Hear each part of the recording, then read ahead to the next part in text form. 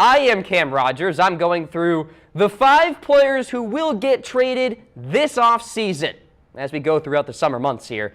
And one name to watch for, Donald Penn, left tackle of those Oakland Raiders. So since arriving in 2014, Penn has been a stalwart at left tackle. And I have been a proponent of the Oakland Raiders and that offensive line for many months because they have elite players, especially on that interior, with Rodney Hudson at center, and you got Gabe Jackson and Kelechi Osemele and Donald Penn there at left tackle too. He's been a key part of that front 5.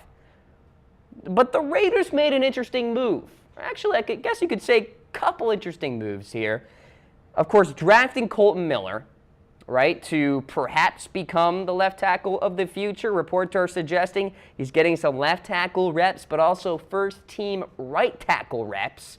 And then doubling down, the Raiders did, by drafting tackle Brandon Parker out of North Carolina A&T in that 3rd round. And he's a little raw, and there's some uncertainty surrounding that, bit of a project, but he's 6'8", 300 pounds, and an all-conference player for 3 seasons.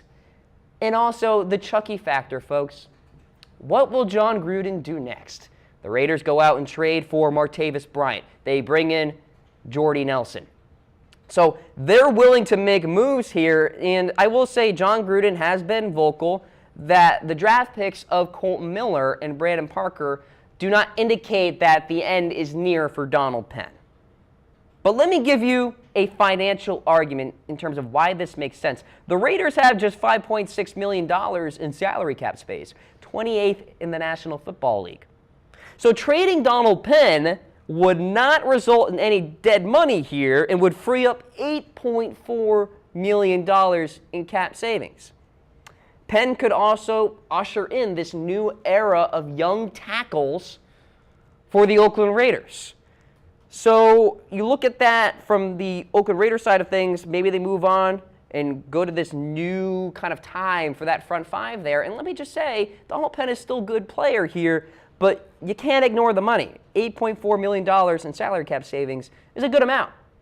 All right? So you can't rule out a possible trade this summer. And in terms of possible destinations, here's the rundown. Houston Texans make a lot of sense. They traded Dwayne Brown last year to the Seattle Seahawks. That entire offensive line is really bad. They need a lot of help in some of those areas. And I think at left tackle, Donald Penn there, at least for a couple of years, will kind of help things as the Texans draft more and more offensive linemen and groom younger tackles. The Jets make some sense as well. Same situation as with the Houston Texans. That entire front 5, I have a lot of concerns. Brian Winters and all these guys have struggled of late. The Denver Broncos add up as well. Garrett Bowles may need more time to develop at the tackle position, and he has been vocal that he wants to gain weight, Garrett Bowles has, and become a better tackle and all of that. But you can't ignore the play on the field. If it ain't good, then you go and make a trade. John Elway brings in Donald Penn to protect Case Keenum. How about the Carolina Panthers? Matt Khalil hasn't been very good. Let's just put it that way. Ever since his rookie year, it's just been bad.